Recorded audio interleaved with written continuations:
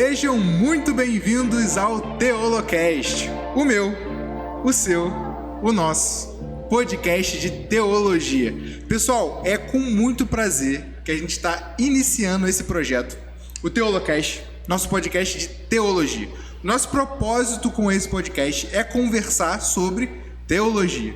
A gente quer chamar pessoas, professores de seminário, teólogos, pastores, para conversar sobre vários assuntos teológicos. Então, eu peço para que vocês apoiem a gente, tá? A gente está desassociando o canal do canal da igreja, para a gente não confundir os conteúdos, tá? É um canal próprio. Então, a gente pede para que vocês se inscrevam no canal, para que vocês curtem o vídeo, assistam os cortes, que serão liberados, tá? E apoiem a gente do jeito que vocês puderem. Comentem, compartilhem, enfim. Se vocês apoiam o projeto, se vocês curtirem o projeto, então estejam com a gente nessa, tá? A gente vai começar com os primeiros temas, falar sobre temas que tem muito a ver com a nossa comunidade, com a nossa igreja. Esse podcast é um podcast para a igreja, para servir a igreja com teologia, com ensino teológico, e sendo transmitido aí na internet, para servir a igreja de forma geral, outras pessoas podem chegar aí nesses conteúdos, tá? Então, os primeiros temas, os primeiros assuntos serão bem relacionados à nossa comunidade especificamente, mas à medida que a gente for se acostumando, que a gente for seguindo, a gente vai falar sobre assuntos de teologia mesmo, tá? Enfim. E, Tiago, eu quero que você diga pra gente qual vai ser o assunto de hoje. Boa noite, gente. Antes de me apresentar, esse é o Matheus Marques, eu e o Matheus, a gente vai ser os hosts daqui do podcast. Eu sou o Thiago Melo, esse é o Matheus Marques, então a gente vai estar aqui apresentando e entrevistando todo mundo. E o tema de hoje vai ser sobre a história da igreja. Mas não sobre a história da igreja como um todo, a história da igreja lá, os patriarcas, nada, mas a história da igreja congregacional do Lins, ou Comunidade do Amor, como muitas pessoas conhecem. Então a gente vai estar hoje vasculhando arqueologicamente como é que era antigamente, como é que surgiu a igreja, como é que surgiu as primeiras pessoas, como é que surgiu essa ideia de querer fazer uma igreja em células. E não existe ninguém melhor que isso do que Giacomo e Etia Damares para falar com a gente sobre isso. Então, foram um dos primeiros membros da igreja que fundaram esse local. Eu acho que eles vão acrescentar muito pra gente, para conversar e para realmente nos revelar muito do que a gente não sabia sobre como surgiu a nossa igreja. Então, primeiramente, Etia Damares, pode se apresentar. Então, prazer de estar com vocês, prazer de participar desse momento, que eu estou vendo que é o momento pioneiro, estamos começando, E meu nome é Damares Trindade, sou professora, pastora, psicóloga e faço realmente parte da história dessa igreja desde o seu início, junto com o Giacomo, que naquela época não era bebê não, mas ainda era bem novinho. Eu já não era tão novinha assim, né, Giacomo? Sim, também é uma alegria, um prazer, boa noite a todos. É muito bom estar aqui no início desse projeto e falando sobre um tema tão relevante, que é a história da igreja na qual estamos hoje, a igreja congregacional. E é bom, é benção. Claro, não arqueologicamente, como você falou, mas contar um pouco dessa história, de como chegou até aqui. Eu acho que há uma coisa importante nisso tudo, às vezes a gente pode ter dois extremos. Um extremo é viver do passado. E aí a gente não vive o dia de hoje. Sim. A gente vive de nostalgia. O outro extremo é você desconhecer o passado e só viver o hoje. Então o ontem ele tem uma função muito interessante, que é referência, é base, são experiências que ensinam, que fazem a gente crescer. Eu acho que talvez seja esse o objetivo de vocês, Aprender um pouquinho com a história e entender até por que a gente faz as coisas, às vezes, do jeito que faz, onde começou isso, Sim. E não é só isso também, Também falar que igreja envolve vida de pessoas, Exatamente. Então, assim, as pessoas acabam fazendo parte da história da igreja. Hoje, atualmente, eu estou como pastor de uma outra igreja, Igreja Congregacional Vieira da Fazenda, no Jacarezinho, mas a minha história começou aqui. dentro dessa história da igreja congregacional do Lins. Igreja não é só tipo os locais que a gente habitou, tipo, não é Ramos da Fonseca, depois veio pra cá. O importante realmente é a gente ver como é que foram essas pessoas que deram esse início, sabe? Porque de fato a igreja são as pessoas, não são os locais que a gente habita, mas quem compõe ela. A igreja é esse grupo de pessoas, sabe? E também até queria no final que a gente conversasse rapidinho sobre isso antes de terminar, né, que como é importante a igreja local na vida do cristão, né, e falar sobre a história da nossa igreja, da nossa comunidade, é valorizar a igreja local que a gente vive, onde a gente congrega, né. Enfim, então vamos começar, vamos iniciar. Eu já começo perguntando a vocês, né, como tudo começou, né, qual é o início de tudo. No início não havia nada, a terra era sem forma, mas começar daí, eu tô brincando, Tia Damares. Não, eu ia falar exatamente isso, que era bom você começar, porque a Igreja do Lins ela tem duas fases. Tem uma fase em que ela começou como um ponto de pregação, lá na comunidade aqui do Complexo do Lins, e depois desceu, e aí veio uma outra fase em que ela se estabeleceu como igreja. Eu acho que nessa primeira fase, o Giacomo tem bastante mais conhecimento de causa para comentar, porque ele estava lá. Né? Isso foi na década de 80, né, quando eu cheguei aqui na igreja, eu tinha por volta de meus 7, 8 anos. A igreja era um ponto de pregação na Rua Maranhão, lá bem em cima, quase no final da Rua Maranhão. Como eu cheguei muito pequeno, eu cheguei por um convite. Na verdade, minha mãe me trazia, mas ela foi convidada por uma das pessoas que auxiliava na liderança, na direção daquele ponto de pregação, que era o irmão Ayrton Bosco. Junto com ele havia outros irmãos, como o Darcy, o Wallace, a irmã Dilma, pessoas que, assim, juntas...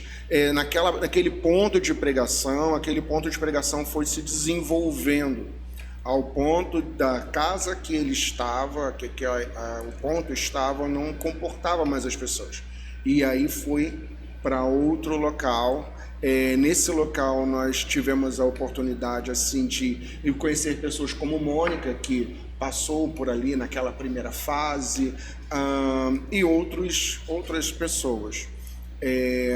Dali, aquele ponto de pregação, ele foi se desenvolvendo, e aí outras pessoas tomaram a liberdade e a responsabilidade de conduzir, que foi o irmão Mota, o Marcos Elias, a irmã Neuci. Então, essa história, essa que a gente chama de primeira fase, ela foi marcada por isso, por uma igreja vibrante, ao ponto, uma congregação, né?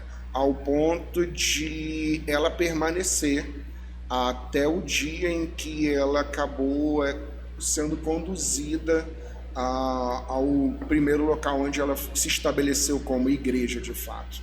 Mas na verdade, quando desceu foi até por uma enchente que houve. Isso. A congregação nessa fase ela tinha diminuído, né, bastante. Sim. E aí desceu, quando a gente diz desceu, é porque ela ficava lá em cima, no fim da Rua Maranhão, e desceu aqui para a Rua Ramos da Fonseca, que era uma propriedade do Abrigo da Pedra, que estava sem uso e foi então alugada para receber a congregação. Sim, em decorrência até desse problema, né, de inundação e enchente, ela ficou um tempo na casa até da irmã Dilma, que é a avó da Joana, vocês conhecem. Ela ficou um tempo ali, e aí quando já não dava mais, aí foi então para Ramos da Fonseca. E vale também lembrar, né, porque a gente está falando da igreja, e a igreja lembra pessoas, que nesse período também a Carminha. A Carminha, ou Carmelete, ela mesma se denomina, ela também fazia parte desse grupo. Eu era o único adolescente, eu comecei como criança e depois me tornei adolescente nesse período. Quantos anos que você tinha? Eu cheguei nos meus 7 para 8. Não, mas nesse período que desceu, No período que desceu, eu já tinha meus 14, 15 anos. Esse período em que a igreja foi, como ele estava falando, esse ponto de pregação, teve oscilações, né? Sim. Teve tempo em que enchia muito, tinha muita gente da comunidade que vinha, depois dava aquela esvaziada. Aí houve um momento em que o grupo diminuiu muito, ficou sem uma direção. E aí as igrejas congregacionais desta região aqui, foi chamada de segunda região administrativa, se juntaram para reavivar, para revigorar essa congregação. Então, uniram as forças. Foi nesse período que a congregação já estava aqui embaixo, e aí foi nesse período também que meu pai, que era pastor Amaldo Jardim, ele era presidente da região administrativa na época, e ele disse, vamos injetar vida aí do grupo que tem. Né? Naquela época tinha um pouquinho. Sim, éramos uns 6 pessoas. Mas 6 pessoas. Uma dúvida, como é que a igreja foi inserida no congregacional, no caso? Vamos por partes. Então, tá. Então, nesse período, esse ponto de pregação era mantido por igrejas congregacionais. Sim. Só não tinha autonomia. As igrejas mandavam alguém para liderar o trabalho ali. Isso. E aí, um deles, até carinhosamente lembrando, também foi o Celso. Exatamente. O Celso vinha de tempos em tempos, o presbítero Joabe, o Vanzan. Exatamente. Eles vinham de tempo em tempo designados ou pela região ou por outras igrejas congregacionais para dar a ceia, para ministrar a ceia. Aí nessa época, que eu disse, meu pai, ele resolveu, como é que se diz? Adotar a igreja. Ele estava como pastor na igreja de Cascadura, mas ele sentiu o desejo de abraçar esse trabalho, e com ele vieram alguns da igreja de Cascadura fazer parte desse grupo. Então foi exatamente no ano de 97. 97. No dia 14 de abril de 97, um ano antes da igreja ser estabelecida como igreja, ela foi estabelecida como uma congregação, como uma igreja em organização, submissa à União de Igrejas Congregacionais, respondendo a sua pergunta. E aí, nesse dia, gente, eu até busquei esses dados nas atas, porque a minha memória já não está aquela, né? Mas nesse dia, havia 7 participantes da congregação e outros que eram das igrejas em volta, dispostos a ajudar. Então, era um grupo realmente bem pequeno. Sim. E naquele dia, então, se estabeleceu essa congregação como uma igreja em organização, com a sede na rua Ramos da Fonseca.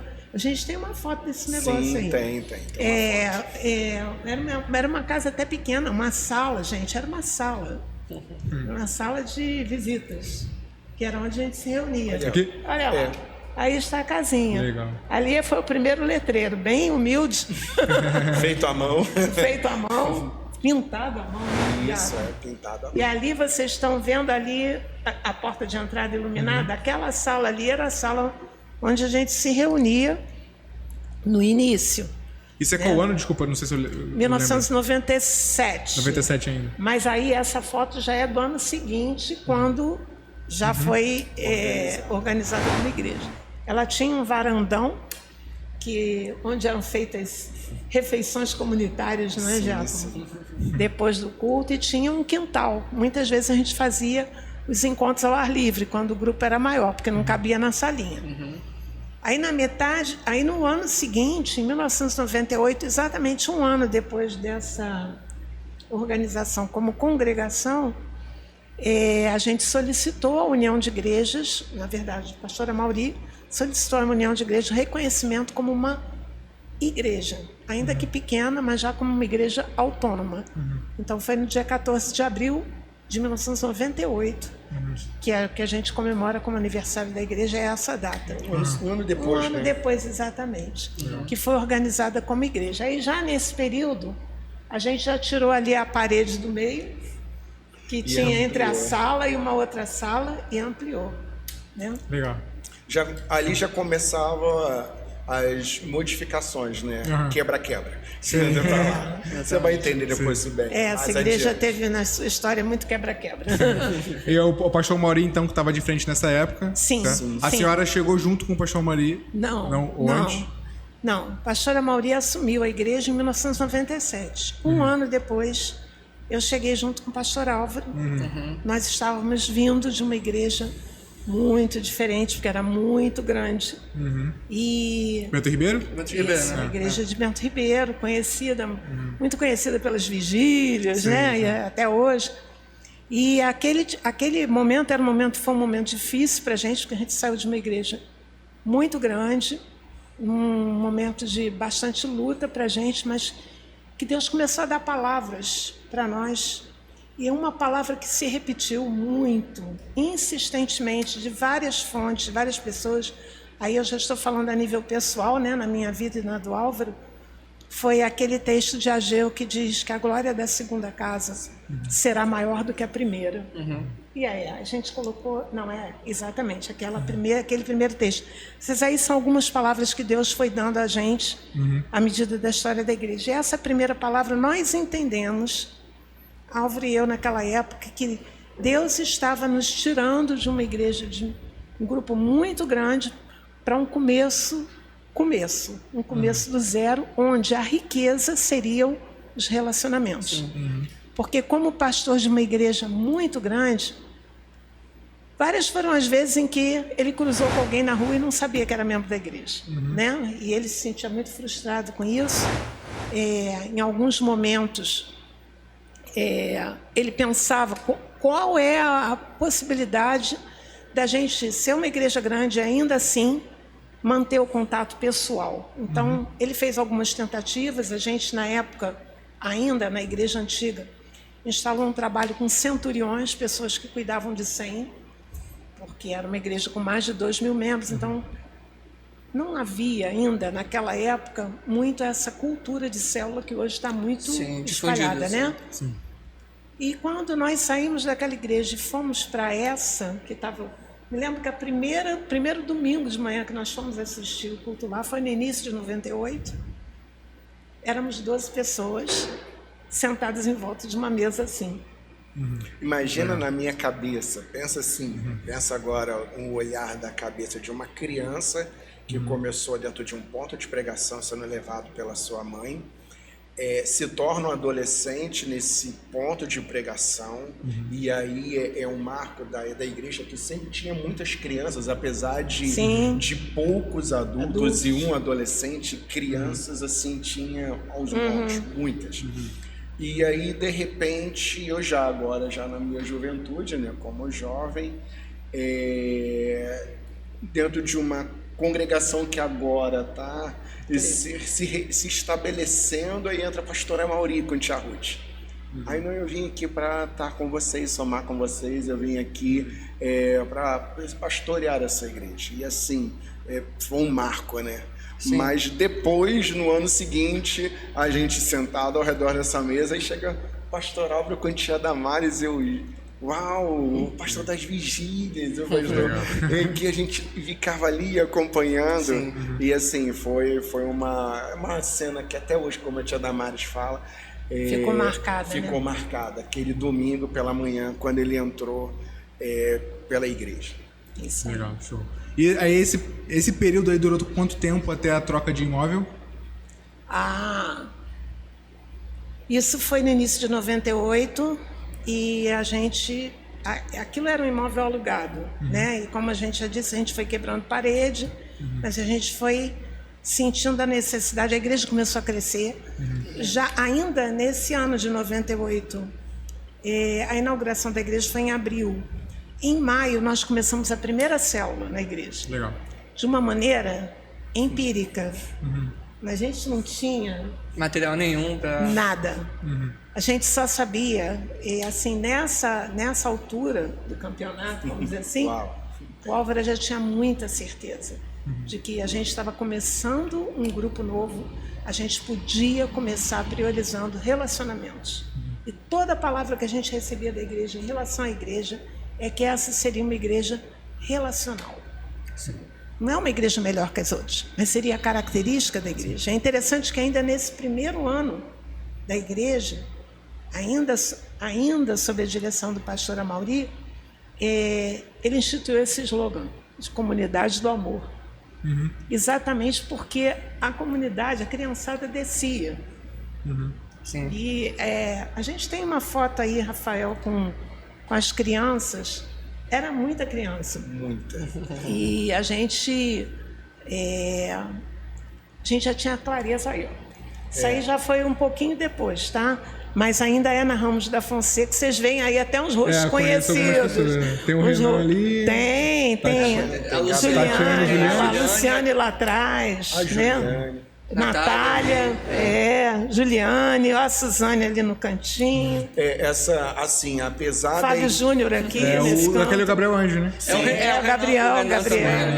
Legal. Apesar da igreja ter saído da comunidade, ela quando veio para cá, para Ramos da Fonseca, as crianças vinham também.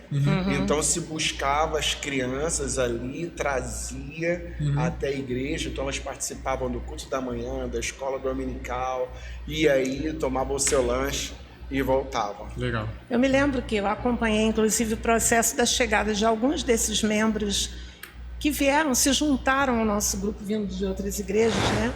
Por exemplo, Luciane, Fábio, Isolda, Ricardo, vieram de Bento Ribeiro, que era uma igreja enorme, com muita criança.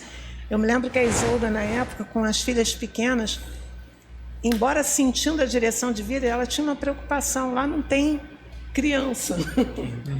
Mas foi impressionante a maneira como houve esse encaixe, esse ajuste entre essas crianças e as da comunidade. Elas se davam super bem. Então, assim, nesse primeiro ano a gente começou a nossa primeira célula, como eu estava dizendo. O Álvaro montou um grupo que se reunia toda quarta-feira na igreja. Era um grupo de mais ou menos umas 15 pessoas, 12 a 15 pessoas.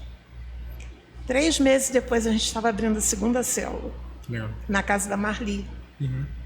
E o intuito da célula era realmente esse. Eu vou chamar o pessoal para cá quarta-feira para a gente se relacionar, Para a gente se relacionar, trazer amigos se quiser. Sim. A gente não tinha ainda, vamos dizer assim, uma estrutura teórica, mas a gente sabia o que a gente queria. É, isso que importa. A gente sabia o que a gente queria. A gente queria gerar um ambiente em que pessoas não crentes se sentissem bem-vindas, à vontade. Sim. Então começamos. Isso foi em 98. Em 99 a gente já inaugurou a terceira célula, que foi no Caxambi, na casa do pastor Amauri. Depois a quarta célula, lá em Bento Ribeiro, na casa de um dos membros da igreja. Raquel, né? Raquel, na casa da Raquel, minha irmã. Raquel e daí começou a multiplicar. Aí vem a outra história, como é que a gente entrou em contato com outras igrejas que já estavam trabalhando em células e como isso nos enriqueceu. Isso já é um outro capítulo da história. Pô, inclusive, veja como é importante assim, ter uma visão muito clara, né? Como vocês tinham essa questão de uma igreja relacional, o foco nos relacionamentos, como isso realmente marca a identidade da igreja até hoje, sabe? Hoje a gente já tem a célula muito bem estabelecida, a gente tem todo cultura e ainda tem toda uma base teórica também, tudo isso bem estabelecido, mas tudo começou com uma visão muito clara, né? Muito claro. E de algo que o pastor Álvaro sentia falta na igreja que ele estava. Ele sentia falta disso, ele quis, como viu a igreja logo no comecinho, ele já quis começar essa cultura daquilo. Eu diria, até assim, eu percebi uma mudança pessoal nele também, como pessoa, como pastor, porque ele ficou mais solto, ele conversava mais com as pessoas. Né? Porque o Álvaro, ele era muito tímido, não parecia, ele igual a certas pessoas que eu conheço, né? Chega no púlpito, se libera e tal, mas você vai conversar, a pessoa é tímida. E às vezes as pessoas achavam que ele era fechado, mas ele era tímido. Mas no Lins, uma nova pessoa ali começou a aparecer, alguém que acabava o culto, sentava e formava aquele grupo. A gente não tinha hora para acabar, não tinha hora para a gente parar de conversar. Foi muito legal isso, porque... E eu estava falando que a gente tem alguns textos bíblicos que nos acompanharam desse período. Aí eu separei ali outro texto, 2 textos que nos acompanharam nesse início, como referencial dessa visão relacional. Primeiro foi um dia que, num culto, Deus ministrou através daquela pergunta que Deus faz a Caim. Tem esse texto aí, Rafael? Sim, tem na tela. por acaso. Exatamente, quando Deus pergunta a Caim assim, pergunta a Caim onde está o irmão dele. E aí Caim responde, por acaso eu sou guardador do meu irmão? E essa é uma pergunta que não tem resposta. Sim. Porque a resposta é, sim, você é. Você é responsável por seu irmão. Nós entendemos isso. Entendemos que esse desafio relacional implicava nessa responsabilidade mútua. E outro texto que nos marcou nesse período foi quando Jacó está voltando, né, para sua terra, depois daqueles anos de exílio, com medo de encontrar Esaú. Ele passa até aquela noite em claro no Val do Jabó, que a gente sabe a história.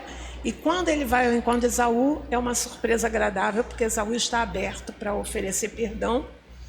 E aí, depois daquele encontro em que eles se abraçam, choram e tudo, Esaú diz, vamos comigo. E Jacó responde, não, meu senhor, passe meu senhor adiante do seu servo.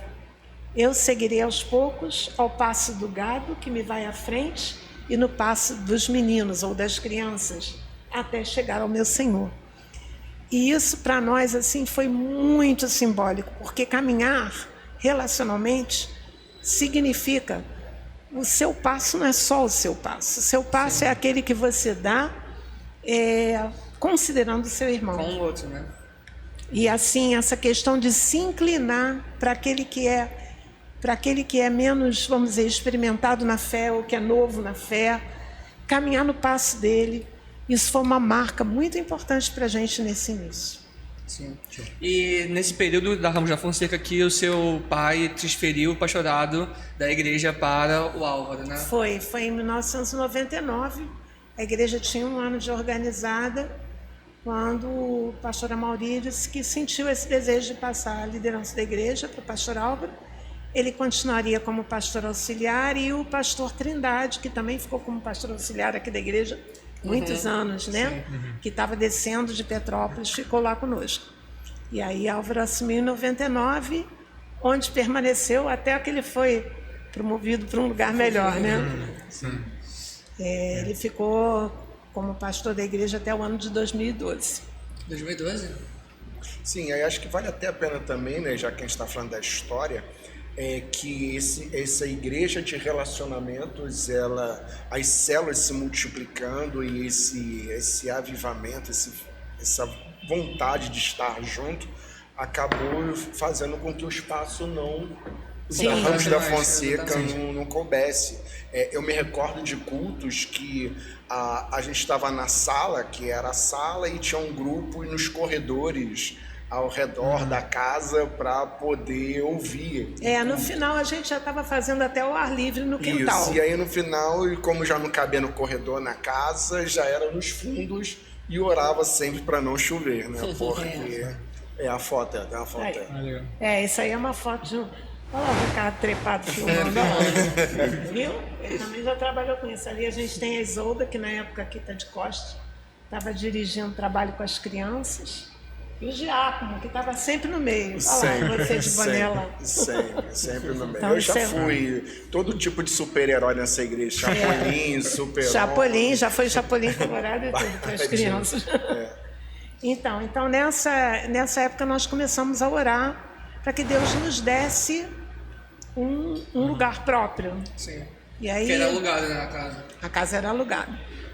Aí começamos a procurar, nós vimos alguns imóveis, gente, muito interessantes, porque houve 2 imóveis que a gente quase comprou, lembra? Sim, lembro. Um ali era um terreno ali na Rua Pedro de Carvalho, que hoje, quando passa ali o terreno, até hoje não tem nada. No final das contas, os caras desistiram de vender para a gente ficou frustrado, e eu passo ali e digo, Senhor, como o Senhor é sábio, né? Porque como que a gente ia caber nesse pedacinho aqui? Né? Era um terreno pequeno. E outro foi no terreno que hoje é do lado da minha casa, onde hoje tem a sede da ADVEC. Sim. A gente quase comprou aquele imóvel ali. Não daria certo. Para a ADVEC está funcionando bem, mas para nós que trabalhamos com relacionamentos, a quadra, Deus sabia como aquilo ia ser importante para a gente, não é? Sim. E aí um dia foi a irmã Neuci, não foi? Foi Neuci. Foi a irmã Neuci que estava passando aqui em frente, já viu um aviso de vende-se. Eu estou falando aqui em frente, porque nós estamos reunidos No Templo Antigo. nesse lugar que hoje a gente chama de Templo Antigo. Não é à toa que a gente está fazendo esse podcast aqui, né? É temático justamente. Aí ela estava passando aqui em frente, aí viu a placa do vende-se. Isso aqui, gente, era um hortifruti, né? E nós não tínhamos dinheiro. Mas o nosso Deus é formidável, né? E nós começamos a orar, Senhor, é isso e tal. E Deus nos deu uma palavra naquela ocasião. Sim. Lembra, Jean? Lembro. Jeremias, capítulo 31, que dizia, é uma palavra de Deus ao profeta, na ocasião, dizendo, vai e compra esse terreno, mas não fecha a escritura, porque você fará outras compras, comprará outras propriedades nessa terra. É uma escritura aberta, né? Deixa a escritura aberta. Deus fala para o profeta, deixa a escritura aberta. E nós recebemos, naquela manhã a gente sentiu tanta convicção, lembra? Sim. De que aquela palavra vinha de Deus, nós entendemos que era uma palavra profética e entendemos que era para a gente encarar o desafio aqui. Então nós compramos esse primeiro imóvel, algumas pessoas investiram, junto com o recurso que a igreja tinha, nós compramos esse imóvel. E aí eu não sei se a gente tem algumas fotos aí de como foi esse início. Não, exatamente. Esse aqui, isso é como esse lugar era quando a gente comprou. Só que, gente, aí já estava pintadinho, tá? Quando a gente comprou não estava bonitinho assim, não. Isso aí é o lugar onde nós estamos aqui agora, que na verdade vocês veem uma das características assim dessa história foi a participação da igreja como um todo, em todas as etapas. A igreja construiu de fato o local. Olha aí, gente, isso aí, vocês veem como estava tudo. A comida, vocês estão vendo, é macarrão mesmo, né? A Cláudia saiu ali do lado, mas, na verdade, quem estava trabalhando ali na quebra-quebra eram os homens. As mulheres estavam no mutirão de limpeza, né? Eu participei também. Aqui em cima, nessas salas aqui tá em na cima. foto ali, tia. Pois é, eu estava limpando, meu filho. Tinha muita sujeira. Tinha muita sujeira, sujeira. Essa história dos mutirões é muito legal. Assim, eu não participei dessa época. Na verdade, eu era bem criança. Era, bem criancinha. Só que aí depois a gente saiu da igreja e voltou depois de uns anos. Quando a gente voltou, essa época de mutirão já não acontecia tanto, né? E eu vejo as pessoas falando até hoje dessa época e tal. Foi muito bom. E é muito legal assim, saber que a gente congrega num lugar que foi erguido pela própria congregação. A gente empenhou força com a igreja para construir. Exatamente. Isso é muito legal, isso é muito legal. Aquela senhora ali que vocês estão vendo no meio é a dona Dilma, que foi uma das pioneiras aqui, a avó da Joana, né? Que foi uma das pioneiras no tempo da congregação. E aí está o grupo, olha a Geralda ali do lado também, né? A Ângela, gente boa, gente muito querida. Foi um tempo muito especial. Isso aí já foi no ano de 2001. Sim. Foi em 2001 que nós compramos aqui esse imóvel e a vinda para cá foi muito interessante. Uau, foi. Fala, Giacomo. Eu me lembro que nos organizamos para um domingo de manhã e literalmente viemos marchando da Ramos da Fonseca com faixas, enfim, cantando, nós viemos. E assim, é inédito assim, você sai de um lugar tão pequeno, com um grupo cantando alegre, e a gente para aqui na frente desse imóvel. Tem uma foto aí, Rafael, acho que no primeiro culto. Memorável. Eu tava nessa marcha, só que eu era muito novo, então não lembro. Você estava nessa marcha. Você estava nessa marcha. Tem até uma filmagem disso que acho que está no YouTube, mas eu não tinha acesso. Eu tenho essa filmagem em casa, tá? Eu posso mostrar depois vocês o Mateus pequenininho. Foi bem interessante, porque a gente fez umas faixas, o pessoal veio marchando, a gente veio cantando. E quando chegamos aqui, nós abrimos a porta aqui, era essa porta que vocês viram aí na foto, uma porta de loja mesmo, sim, né? Aquela que sobe assim. Então a gente abriu a porta e consagramos ali aquele templo ao Senhor, entramos e já fizemos o primeiro culto ali, naquele domingo de manhã. Isso foi em dezembro de 2001. Né? Show. Não achou a foto? Sem problemas. Show.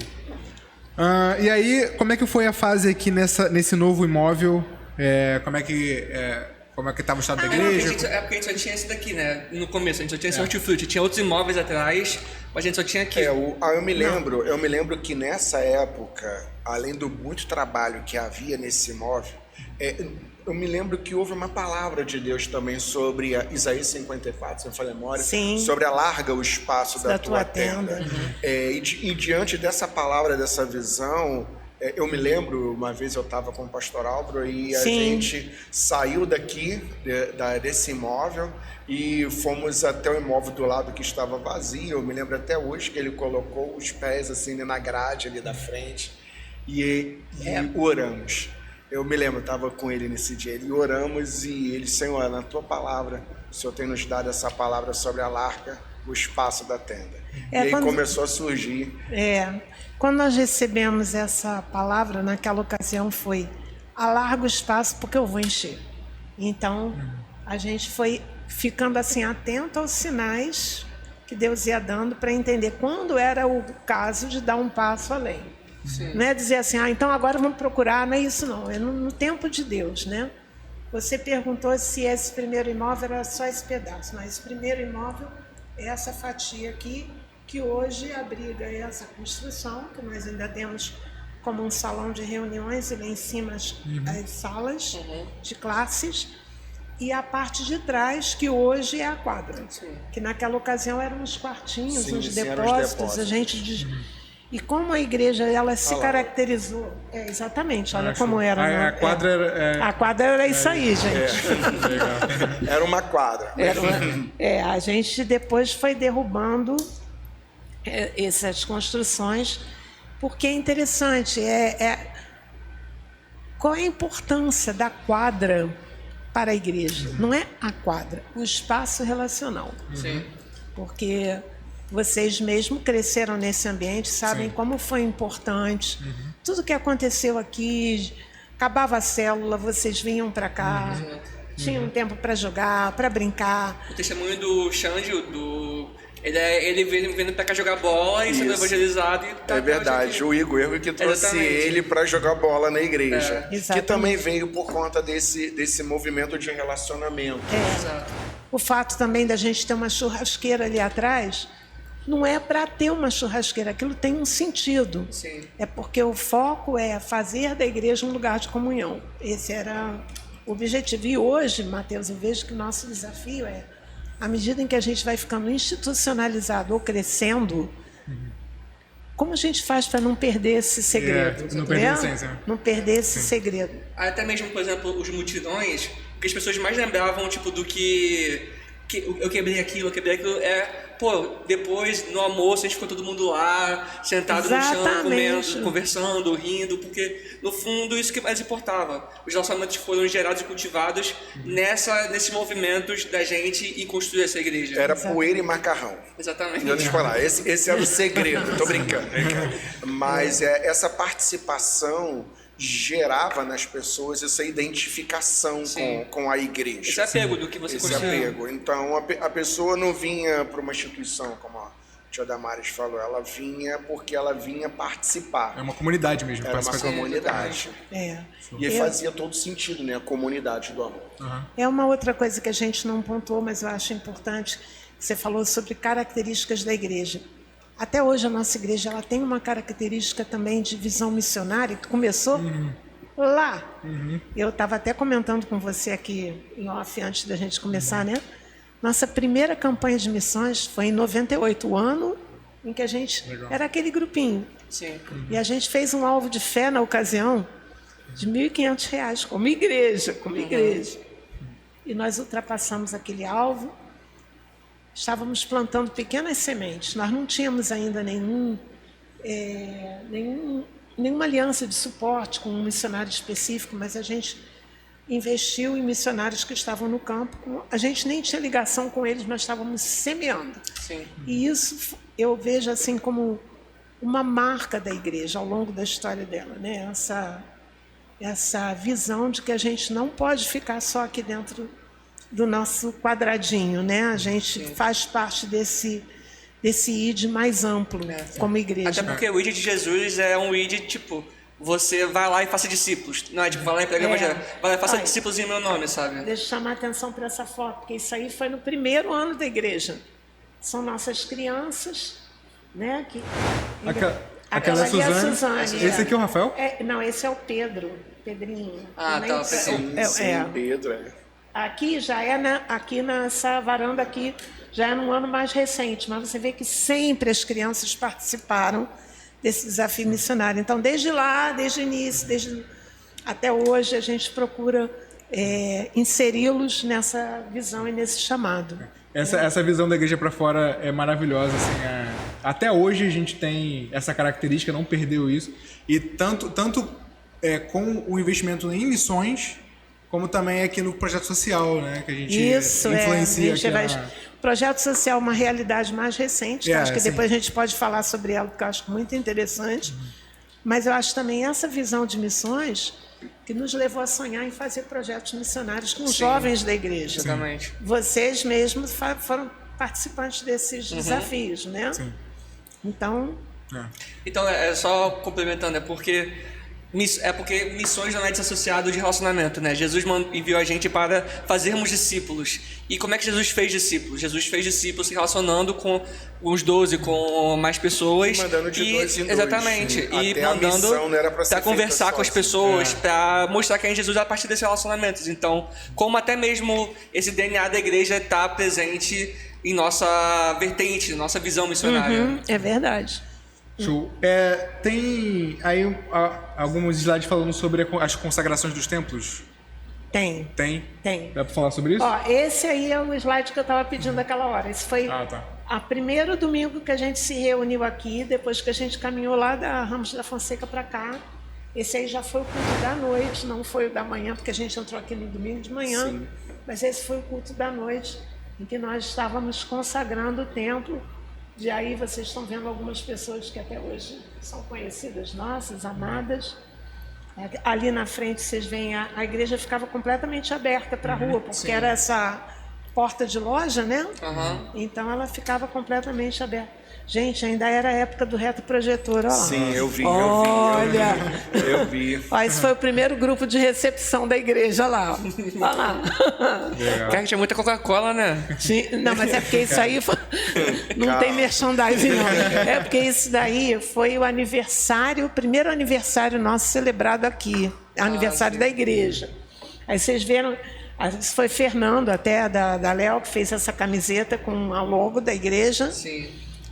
Aí tem um povo aí nosso conhecido lá. Todo mundo, né? Tem o Marcos Santos. Sim, Marcos Santos. Tem o Ivan lá no fundo. O Ivan lá atrás, ainda com cabelo. A Nádia. Tem o Amauri ali. Olha o Jorge, o saudoso Jorge ali. Fernando Ladislau. Regina. Isolda. A Suzane atrás da Isolda. Suzane atrás da Isolda, Eliana. Leozinha. Né? Esse casal aqui é um casal que caminhou conosco há alguns anos, depois eles foram transferidos, ele era militar, não está mais conosco. Legal. Foi nosso primeiro grupo de recepção, isso aí foi a celebração, depois do culto, ali naquela sala que hoje é sala de oração. Isso aí era legal. o cantinho nosso lá. Essa galeria aqui surgiu quando? A galeria, sim, eu estou tentando me lembrar, porque a galeria ela foi aberta depois. Ali era uma entrada de carro. Eu lembro. A primeira foto até mostrou quando a senhora falou que não era pintadinha, dá para ver ali uma entrada, porque isso aqui era um hortifruti. Então o cara entrava com um caminhão. Carro para aquele quintal lá atrás. Depósito. Sim. E aí, como já não estava mais dando a quantidade de pessoas aqui mesmo, derrubando as paredes, teve-se essa proposta, o pastoral teve a proposta de criar a galeria. Então, interessante que a galeria foi criada, os carros continuavam a entrar ali passando. por baixo. E onde é a quadra era o estacionamento. Né? Era o estacionamento, entendeu? Que legal. Isso eu lembro, essa época eu lembro. Eu lembro do dia que a gente foi concretar essa laje aí, foi... Os carros passavam por baixo, Legal, mas aqui né? já... Você está achando legal porque você naquela época assistiu o culto ali de cima, né? né? A galeria, vamos pra galeria, Vamos pra galeria. Aí é todos os adolescentes lá em cima. Isso, adolescentes na jovens, galeria. E as famílias, os pais aqui embaixo. Aí, meu sonho de criança era tipo, não, eu vou chegar 13 anos, eu vou lá pra cima pra galeria, ficar com o pessoal e tudo mais, do outro lado de cima, era muito bom. Aí depois disso, a gente começou a comprar os outros espaços, Antes de né? comprar, eu queria lembrar você, ó, isso aí, olha só, a galeria ali, ó lá.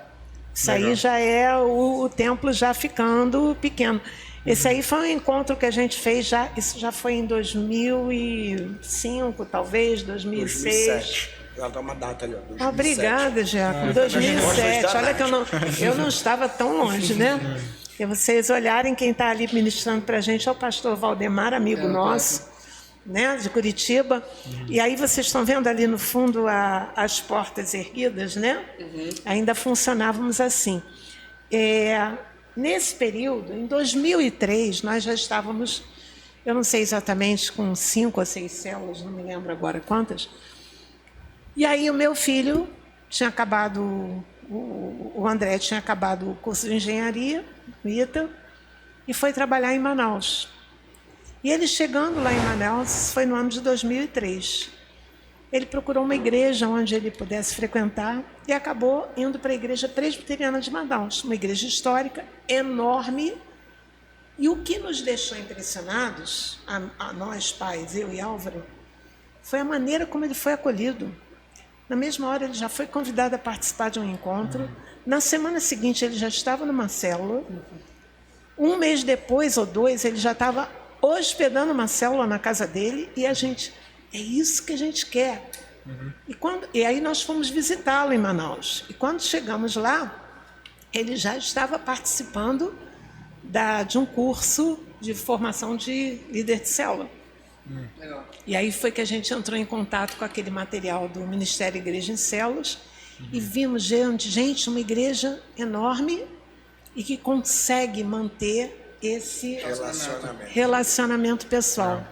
E o que mais me impressionou também é que naquela ocasião fomos eu e Álvaro e meu pai e minha mãe, fomos os 4 juntos visitar o André.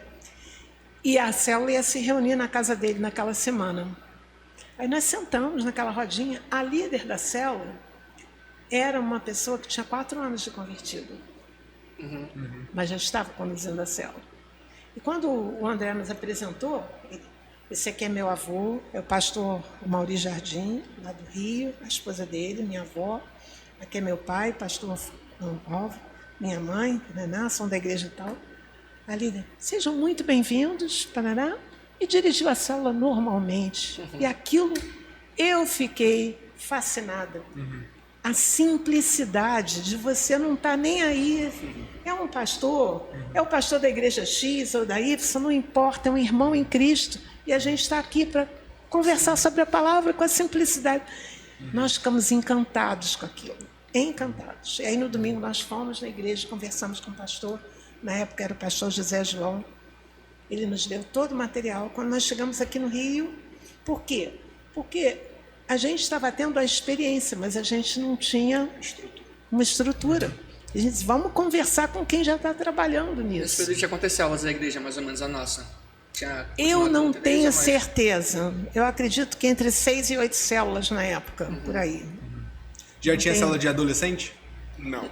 Ainda não. Adolescente, não. Ele sabe. Ele é melhor que eu. A memória dele é mais jovem que a minha. A adolescente, ela começou quando a casa do lado. Que aí a célula era na casa do lado. Aí, enfim, quando nós chegamos de volta de Manaus, nós pegamos aquele material, aí vimos que lá na capinha estava escrito assim, o telefone do Ministério. Ligamos para lá. Quem nos atendeu foi o pastor Roberto Lai, que era o responsável, né? Que acolhimento, que generosidade. Ele disse, meus irmãos, venham para cá. Nós vamos ter um encontro. Na verdade, fomos, naquele ano, fomos eu, Álvaro, Ricardo e Isolda. Viajamos para lá para participar do 2º Congresso de Células. Do MIC, né? Do MIC. E nós fomos, chegando lá, nós fomos acolhidos, assim. Isso foi uma coisa que marcou a gente, o acolhimento e a generosidade. Ninguém estava dizendo, não, esse material aqui é meu, se quiser, não. Ó, o que nós temos está aqui. o que está acontecendo, o que está dando certo é isso. Onde nós falhamos é aqui. E nessa primeira viagem que nós fizemos lá, fizemos já amizade com o pastor Valdemar. Ele disse, nós vamos ter um encontro de vida vitoriosa. Vocês venham aqui participar com a gente. Voltamos lá, participamos do encontro de vida vitoriosa. E fomos trazendo essas experiências. Trouxemos os livros, lemos os livros e começamos a implantar aí sim uma estrutura. Assim, como que a gente vai funcionar? Como é que a gente vai formar liderança? E quando a gente conta assim, isso não é uma história só de vitórias não, tá? Né? Que às vezes a gente quando fala parece foi tudo fácil, deu tudo certo. Não, a gente aprendeu também com as nossas falhas, com os nossos erros. Mas assim, Deus foi abençoando. Foi abençoando. Nós mantemos até hoje uma amizade muito especial com esses irmãos que foram tão generosos conosco. E a gente procura fazer a mesma coisa. Quando alguém vem e diz como foi, como é que vocês implantaram, a gente também reparte com a mesma generosidade que a gente recebeu. Né? Então, foi em 2003 que nós começamos a implantar a estrutura com que a gente funciona até hoje, basicamente. Mas a igreja não era ainda uma igreja em células, né? Era uma igreja que tinha células e... Tiago, eu nem sei te dizer muito isso, pelo seguinte, a igreja ela já nasceu com essa visão. A gente não pode dizer assim, 100% dos membros estavam em células. Não, não pode. Mas a grande maioria estava. Entendi. Porque a igreja já nasceu assim. Por exemplo, acho que foi você que falou do Xande, Ariane, são jovens que foram chegando, Pedro que está ali do outro lado, né? Quando chegou, estar em célula... Era natural. Era natural. Você saberia ser igreja de outro jeito, Pedro? Não. Era mais comum a pessoa estar em célula e não ter ido para a igreja ainda do que estar na igreja e não ter ido para a célula. Assim, Então... até brincava assim, né? Mas quando alguém ia visitar uma outra igreja... Dizia assim, mas vocês não têm célula? Como é que vocês são? Assim? É realmente uma coisa de você não saber imaginar como é a igreja sem isso, né? Tão acostumado. Sem esse relacionamento. E não é nem porque a célula é tipo a melhor ideia do mundo, a única forma de ter igreja, mas é porque é a forma que a gente entendeu de como a igreja funciona com relacionamento.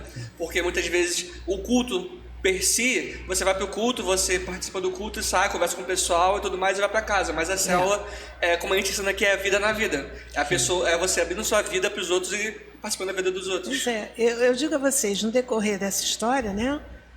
Não foi uma coisa planejada, mas eu acabei assumindo a igreja por 8 anos, depois que Álvaro faleceu. E foi uma experiência que, como eu disse, não foi planejada, não foi uma coisa que... Mas foi uma coisa que o Senhor conduziu desse jeito. E eu vou dizer para vocês, que bênção o pastor poder contar com líderes locais. Quantas vezes você tem um fulano que está com uma enfermidade, você não pode ser tão presente na internação daquela pessoa, acudindo, levando de repente a pessoa para o hospital correndo, como líder de célula que está ali junto. Isso não exime o pastor da sua responsabilidade, mas isso dá a ele uma ajuda extra que é excepcional. É o conselho de Jetro, né, para Moisés. Tipo, você não consegue assumir todo esse pessoal, então vai dividindo. Exatamente. É totalmente bíblico no caso, né? E o líder de célula em si, ele acaba ocupando um papel muito importante, porque ele acaba sendo a igreja para aquela pessoa. Sim. Não é a instituição, é a igreja relacional. Então, quando ela tem alguma questão, algum problema, ela tem alguém muito perto, que é o líder de célula, o seu auxiliar em treinamento. Então, ali bem próximo, bem junto. Só que esse líder, por sua vez, ele também não está sozinho. Ele tem uma pessoa junto com ele que dá também todo o suporte. Então, acaba sendo... uma experiência coletiva mesmo. Uma experiência coletiva. Você, às vezes, tem pessoas orando por você que você nem sabe. Mas por quê? A gente acaba compartilhando essa informação. Sim. A gente corre o risco, né? Quando a gente trabalha assim, a gente corre o risco de se institucionalizar. Por isso que a gente brinca, a gente brinca, mas é verdade, né? Que a visão ela precisa ser renovada. Sim. Porque um dos princípios da célula é você estar orando por pessoas que são seus relacionamentos, mas que ainda não têm uma experiência com Deus. Então, aquilo é motivo de oração. Eu estou lembrando disso pelo que o Giacomo falou, porque quando aquela pessoa pela qual a célula toda hora junto, de repente vem e visita a célula, a vitória é do grupo todo. Sim. O pessoal já se sente meio que íntimo com aquela pessoa, porque já orou por ela tanto tinha a tempo. listinha, né, dos oicóis, aí cada um dos assim, oicóis. tipo, aí quando chegava, pô, você é fulaninho que a gente falou há mó tempão, orava há mó tempão. Mas você está vendo como a gente já usa o verbo no passado? Tinha a listinha do oicós? Exatamente. A gente não precisa ter a listinha do oicós, mas a gente não pode esquecer esse valor. Sim. Né? Que esse com valor certeza. ele é fundamental Com certeza. Para a igreja de relacionamentos. para uma igreja de Sim, relacionamento. porque acaba que ela, se não for isso, ela fica muito na mesmice, ela fica muito as pessoas se amando entre si, mas e o pessoal de fora, sabe? Como é que a gente vai receber as pessoas de fora? Como é que a gente vai chamar mais pessoas de fora? E é muito mais fácil, às vezes, a pessoa se achegar à igreja num ambiente familiar do que vir num primeiro momento direto para um culto. Sim. A gente tem recebido muitas pessoas na igreja que vieram para a igreja porque primeiro foram acolhidas numa casa. Exatamente. Sim. Né? Por isso é tão importante assim, a casa, as portas abertas das casas é que são o lugar ideal para os grupos se reunirem. Sim, é muito melhor do que você fazer uma célula na igreja. E é bom porque também muitas vezes é um dos primeiros contatos que a pessoa pode ter com cristãos mesmo, porque ela pode ter no trabalho um cara que se diz cristão e tudo mais, mas cristãos sérios que estão lá, que vão abraçar ela, que vão mostrar Cristo, muitas vezes é a primeira vez que a pessoa teve contato com isso. E é tão importante quando tipo, é em célula, as pessoas olhando nos olhos dela, as pessoas abraçando ela, querendo saber mais sobre ela, sabe? Então, realmente é uma primeira entrada para depois passar para a igreja e tudo mais. Eu diria que, por exemplo, um grande teste para... Não vou usar o termo a eficácia das células, mas um grande teste para esse valor foi o período da pandemia. Por quê? Porque quem é que imaginava que a gente não ia poder abrir as portas de uma igreja para se reunir, a não ser por uma perseguição profeticamente anunciada, né? Sim. Quando é que você pensava que por uma questão sanitária você seria impedido de se reunir como igreja? E a gente passou aí uns 2 anos, né? Um ano mais intensamente, o outro ano já começou a relativizar, em que os contatos foram mantidos, sobretudo, por esses pequenos grupos. Sim. Foi mediado só por isso, basicamente. Assim, ao longo dessa história, né, dessas fases da igreja, da história da igreja, essa visão, ela possibilitou que a igreja permanecesse unida, junto e acompanhada, assistida, justamente por essa visão celular, essa visão de relacionamentos. A gente fala celular como um nome, mas o relacionamento é a base. Então isso faz com que as pessoas, como você mesmo disse, ela chegue num grupo, ela se sinta parte dele porque o grupo buscou em Deus acompanhar aquela pessoa, mesmo que fosse na oração. Sim. E aí, de repente, aquela pessoa, ela chega na igreja, ela já não é mais uma estranha, porque ela já vem a própria célula que Já tá lá com ela, já. já está com ela. Poxa, que bom, você foi lá na minha casa, agora você está aqui na igreja. Então ela E não se sente muito perdida. natural, exatamente. Ela se sente um passo perdida. natural. E aí, de repente, elas juntam ela numa programação, às vezes de supervisão, de congregação, então ela não fica perdida, porque ela acaba conhecendo. Já tem as pessoas com as quais ela se relaciona. Ela não sente só mais um, ela tem afetos em comum lá na igreja que vai fazer com que ela realmente se sinta parte daquele local já. Verdade. Isso é muito bom. Aí a gente tinha mostrado, o Rafael tinha colocado uma foto da gente se reunindo lá fora, num culto, dizendo de novo o espaço começou a ficar pequeno. Isso em relação ao que você perguntou sobre a aquisição dos outros imóveis. Isso aí foi, na verdade, acho eu que foi a comemoração dos 10 anos da igreja, se eu não estou enganada. Mas a gente começou... Muita gente. A gente começou a fazer, às vezes, algumas reuniões lá fora e tinha muita gente.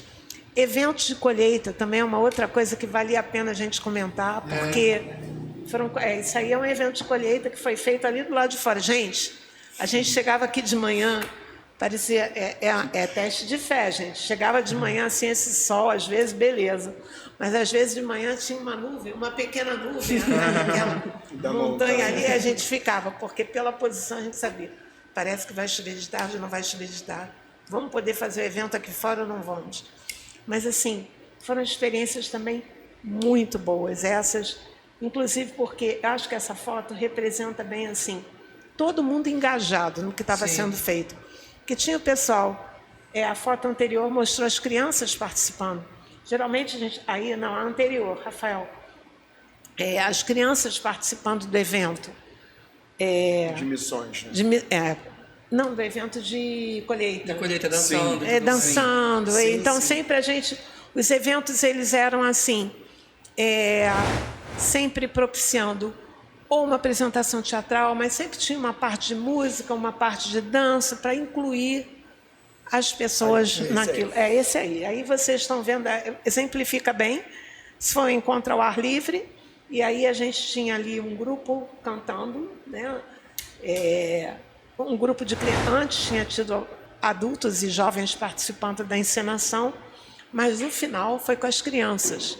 Então, assim, foram experiências muito, muito boas para a igreja toda ser, vamos dizer assim, desafiada a participar desse desejo de compartilhar a fé, de trazer amigos não crentes. O foco era sempre... Um evento assim também que tem muito até hoje é a Festa Country, né? Exatamente. Festa Country, que toda igreja se engaja, tipo, desde o começo organizando a Festa Country, durante a festa, tipo, nas barracas, tá? Eu sempre vejo a gente da igreja na barraquinha e tudo mais, você traz seus amigos e no final Traz todo os mundo amigos. se engajando pra dizer... E esses eventos, assim, como a Festa Country, que você está exemplificando também a Festa das Nações, recentemente, que a gente tem feito, que o objetivo é missões, mas também é chamar amigos para compartilharem, para verem esse, né, como a igreja funciona. Então, não é um evento assim evangelístico, onde você vai sentar e vai ouvir uma pregação. Não, você vai participar de uma festa, vai conhecer as pessoas. E, de repente, essa pessoa é convidada para ir para uma célula, ela já se sente mais à vontade, ela já conheceu alguém aqui. Sim. Essa era a ideia, né? Então, quando o espaço começou a ficar pequeno, ele lembrou aí o dia que foram ali na casa do lado e oraram, mas a primeira que nós compramos não foi a da frente, foi a de trás, que hoje é a casinha das crianças. Sim.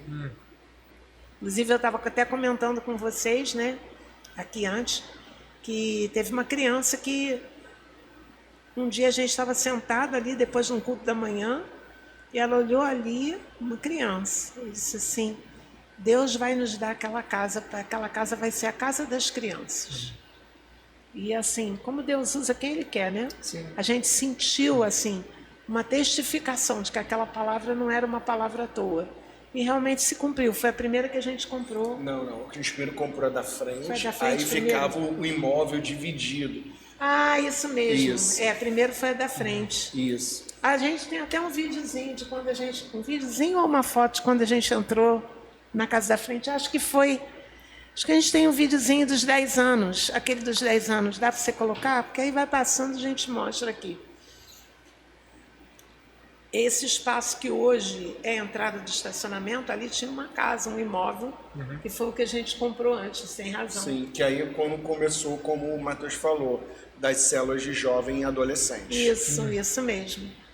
E aí depois é que a gente comprou a casinha de trás. Casinha não era uma casa até de altos e baixos. Tinha uma piscina, inclusive. Esse aí foi o vídeo comemorativo dos 10 anos da igreja. Vai passar um pouquinho de coisa aí do que a gente já falou. Aí, os primeiros encontros, né, naquela salinha ainda na igreja antiga. Ricardo ainda com cabelo. Isso aí eram jovens. Giacomo. Giacomo ali. Vocês viram, né? A casinha antiga também. As crianças, nós já vimos essa foto. Mais crianças. A apresentação delas ali no quintal da casa antiga, lá da Ramos da Fonseca. Será que vai ter foto da marcha aí? Isso aí eram os nossos momentos de comunhão, gente. Por isso que a igreja tem churrasqueira. Nosso primeiro retiro de carnaval isso aí foi um passeio da igreja no Alto da Boa Vista. Isso foi uma reunião de líderes de células. Isso aí foi a quarta célula que a gente começou. Esse é esse imóvel onde a gente está agora. Aquelas cenas que a gente já viu aí dos mutirões. Isso aí foi a gente colocando letreiro. primeiro culto, né, nesse novo endereço. Isso era uma célula de senhoras, Dona Lenice. Foi primeiro evento de colheita realizado aqui. Aí também célula de jovens. Isso aí foi um grupo de recepção num evento de colheita que a gente fez. Um trabalho com crianças. Tomatão, Fábio Júnior? Já nem sei, passou rápido. Pode ser Isso aí dois, foi reunião de crianças no encontro de um retiro de carnaval. Gente, essa foto eu amo, porque foi um momento assim especial com as crianças, muito quebrantadas. Isso foi um projeto missionário que nós fizemos lá em Palmas, Tocantins, Palmas. Foi... Isso aí Não já... me pergunte o que é, que eu não... Não lembra, né? Você só lembra que estava quero lembrar, disfarçado. mas acho que era um dos acordes. São encontros de líderes. Sítio aí eu conheço. Vocês conhecem esse sítio aí. Encontros de líderes. Isso aí Adolescentes e ou é jovens. retiro de... Não, acho que foi encontro de jovens. Aí aparece um evento de colheita, aquele que a gente estava vendo as fotos, né? Dali do lado de Montar esse fora. cenário. Aí, ó. Isso aí é o Frank, Marco... Quem era o terceiro? Não me lembro. Acho que era Ulisses. É Ulisses, isso eram os 3 rei magos, gente. Isso aí foi projeto missionário também, trabalho com crianças lá em Tocantins. Sempre a gente fazia um trabalho comunitário, né? Isso aí, Josué, quem lembra dele, né? A gente lavando lá o lugar que ia ser as reuniões. Isso aí foi uma EBF que a gente fez no projeto missionário. Júlia e Andréia, que são missionários nossos, estavam participando com a gente. A inauguração de uma igreja lá naquela região. Aniversário de 10 anos da igreja. Olha a logo aí, que você achou que era um leão. Não tinha nada a ver com leão. Era um coração. Aí as reuniões lá fora. Gente, tinha até lua nesse dia, olha só. Sim. Nisso tudo ainda não tinha comprado outro. Não tinha. Aí agora começa. Isso aí foi a entrada nesse imóvel que hoje a gente se reúne, o galpão. Olha, gente, como que era o negócio. De novo, vocês veem assim, a igreja toda participando do processo. A gente limpava, pintava, ou achava que pintava. Aí, tá vendo? Mas todo mundo junto, fazendo o esforço juntos, né? Isso é o grupo quando a gente entrou. Isso aí é um retiro de carnaval. Não, retiro de carnaval? Retiro de carnaval. Parecia Ou é a corda? Acho que era a corda. Era a corda, acho que era a corda. Isso é uma campanha de missões. 2009, está ali, ó, Tia Ruth. Isso foi 2009, você estava lá no banner. São as nossas crianças lindas participando do culto. Gente, olha como era o galpão. Ainda era chão de cimento aí, ó. A casinha das crianças lá atrás. Isso é um evento que a gente fez, Natal Brasileiro, lembra? Sim, lembro. Natal Brasileiro, lembro até hoje também. Acho que saiu. Evento de colheita. Evento de colheita.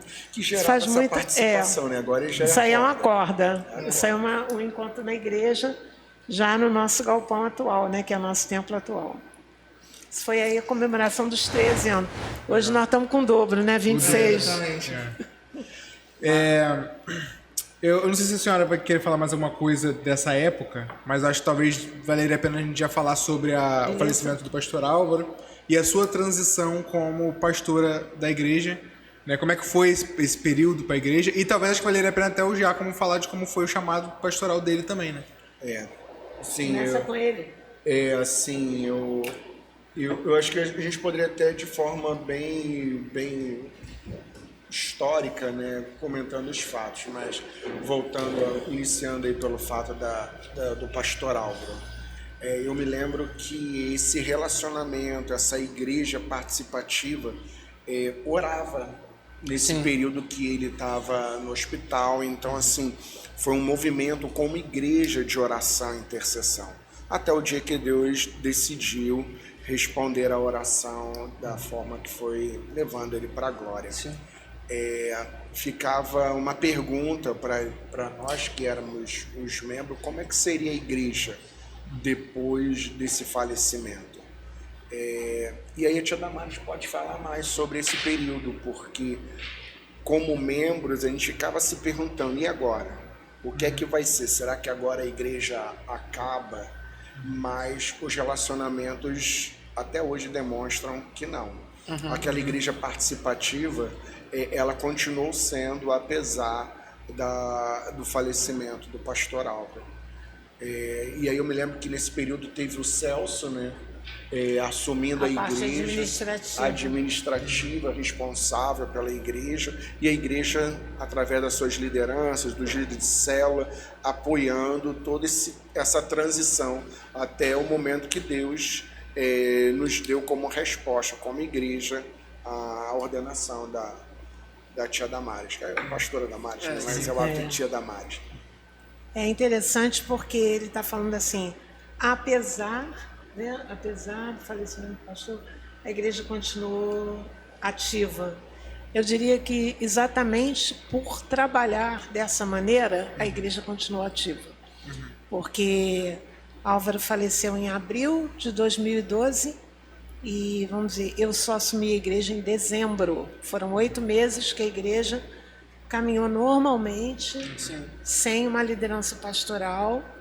Eu vejo assim muito o carinho, o cuidado de Deus, porque se havia um plano para eu assumir, ainda que por um tempo, porque isso foi muito claro desde o início, assumir por um tempo a igreja, Deus foi carinhoso, porque me deu um tempo de elaborar o luto pelo falecimento do meu marido. E quando a liderança, você sabe disso, que você participou naquela ocasião, quando a liderança me procurou, dizendo que depois de muita oração eles entendiam que eu deveria considerar, assumir, já tinham passado alguns meses depois da morte do Álvaro, então eu pude viver o luto sem essa preocupação. E quando a liderança me procurou, me lembro do que eu disse na ocasião para eles, eu disse, eu não vou dizer sim, porque esse sim pode ser humano, e eu nunca vou ser uma continuação do meu marido, por mais que a gente tivesse uma visão em comum, a gente vivesse as experiências em comum, ele era uma pessoa, era outra, vou frustrar as expectativas da igreja. Então, esse sim humano não vai levar a nada, mas também não vou dizer não, porque seja mais cômodo, e fugir de alguma coisa que Deus efetivamente esteja querendo fazer. Então, nós vamos combinar orar por um tempo. Isso acho que foi em agosto. Nós ficamos alguns meses orando sobre isso. Eu tentando discernir o que Deus queria de mim nessa história. E aí Deus começou a me dar palavras. E desde o início, muito claramente, vinha essa convicção de que seria por um tempo. Mas aí eu fiz igual, sabe, né, Gideão? Vamos fazer umas provinhas extras, Senhor, para ver se é isso mesmo. Não foi bem a lã que eu coloquei, não, mas assim, na época nós combinamos com a liderança da igreja, lembra, né? A gente colocou o gasofilácio lá na frente. O gasofilácio não era uma caixa? Sim, uma caixa. E aí a gente... Para votação. Não foi a votação, foi antes, quando a gente disse assim, se Deus... Demos à igreja a oportunidade de participar. Se Deus traz, você tem uma impressão da parte de Deus de quem deve ser o novo pastor da igreja, coloque nessa caixa. E aquela caixa ficou um mês lá. Todo domingo, se Deus tem trazido ao seu coração alguma impressão, e aí eu tinha feito um trato com o Senhor. Senhor, quando aquela caixa abrir, tem que ter X%, dizendo que sou eu para entender que é isso mesmo. E tinha? Tinha. Mas que esse foi uma das provas que a senhora colocou para nós liderança naquela época. Se tiver essa porcentagem, eu vou entender o meu trato com o Senhor. E aí eu aceitei concorrer. E aí quando chegou a eleição, eu de novo falei para o Senhor, Senhor, se tiver X% é pessoal, tá? Eu vou entender. Não vou liderar uma igreja dividida. Se o Senhor está nesse negócio, tem que haver praticamente uma unanimidade. E mais uma vez Deus confirmou. Então, gente, há certos desafios que Deus faz na vida da gente, que eu me lembro muito que meu pai dizia que o Duque de Caxias, quando foi para, acho que a Guerra do Paraguai, lembra disso? Lembro. Que ele dizia assim, que ele foi assim, falando, perna, pode tremer, porque se você souber para onde eu estou te levando, você vai tremer mais ainda. Treme carcaça. Ele falava então, assim, isso. Na vida com Deus é assim, quando você tem uma convicção de que é Deus que está conduzindo o negócio, você pode até tremer por dentro. Mas você vai fazer em obediência e vai fazer com a certeza de que não está fazendo sozinho. Eu lembro também de algumas vezes que as pessoas perguntavam assim ao meu pai: qual é o segredo de um pastoreio bem-sucedido? Mais de uma vez eu ouvi ele responder isso. É muito simples, é só você não atrapalhar o que Deus está querendo fazer. Sai da frente, deixa ele fazer. Então, assim, se a gente tiver essa consciência e essa humildade, as coisas acontecem, né? Mas não é fácil, mas acontece. Então, foi um tempo, eu nunca imaginei, nunca pensei nisso. Eu até fiz curso de teologia, mas como eu sempre trabalhei na área de ensino, na área de aconselhamento, projetos missionários eu ia quase em todos, mas não era uma coisa que eu pensava, mas quando veio a ocasião, Deus me deu graça. Nunca fui uma oradora, sou mais uma professora, uma mestre do que uma oradora. Mas Deus dá graça e a gente vai fazendo conforme Ele Deus capacita o que Ele manda a gente fazer. E aí, depois desse tempo, que foram esses 8 anos, chegou o momento de passar para uma nova geração, que é a que nós estamos vivendo agora. Né? Mas como a senhora sentiu que era o momento de passar essa nova fase? Você quer que eu conte todos os segredos, né? Olha... Então, deixa eu só aproveitar que é isso, porque aí eu estou dentro da sua fase. Então, pronto, fale aí. Que eu estou dentro da sua fase, antes de você passar a fase. Desde pequeno, eu tinha dentro de mim uma convicção desse chamado pastoral. Crescer nessa igreja como ponto de pregação, o trabalho com as crianças, sendo adolescente, vendo o desafio que um adolescente tem dentro da igreja, para permanecer dentro da igreja, essa igreja de relacionamentos de pequeno grupo, de participação, isso tudo corroborava com essa convicção que havia dentro de mim, com essa chamada pastoral. A oportunidade de aprender na liderança de célula, os treinamentos de célula, a estrutura, isso foi consolidando dentro de mim uma convicção que existe dentro de mim até hoje, né? E desde quando eu era muito novo, por volta dos 10 anos, que eu comecei a ter essa convicção. O fato de ser supervisor de célula, de liderar tanto o pequeno grupo como os líderes de célula, de participar desse movimento da igreja, das decisões, tomar decisão junto com a liderança principal da igreja, e também por ter feito teologia, até muito por estímulo do pastor Amaury, que para fazer a teologia foi assim: o pastor Amaury, ele chegou um domingo, ele chegou na igreja e falou assim: te matriculei no curso de teologia, você começa amanhã. No Betel também? Não, foi no Seminário Jefferson. Isso, da Jefferson, CTMIS. E ele não me perguntou se eu queria, se eu estava afim, se minha mãe autorizava, mas ele reconhecia também essa chamada. Então ele falou assim: eu te matriculei, você começa amanhã. E eu fiz teologia, mas a chamada continuava, a convicção continuava. Nessa fase que a tia Damares estava aqui, vinha também na minha mente uma das palavras, que a glória da segunda casa vai ser maior do que a primeira, como uma continuidade uma influência, um discipulado, um acompanhamento, uma mentoria do próprio pastoral. Do pastor Amaury, que eu caminhava também muito próximo, da tia Damares, que eu também via ali lidando com E até o dia em que eu comecei a namorar a minha esposa, a Liliane, e eu de vez em quando na igreja dela lá no Jacaré, no Jacarezinho. E lá eu comecei uma amizade com a liderança de lá. Eu fui chamado várias vezes lá para pregar, até o dia em que o pastor também de lá precisou sair.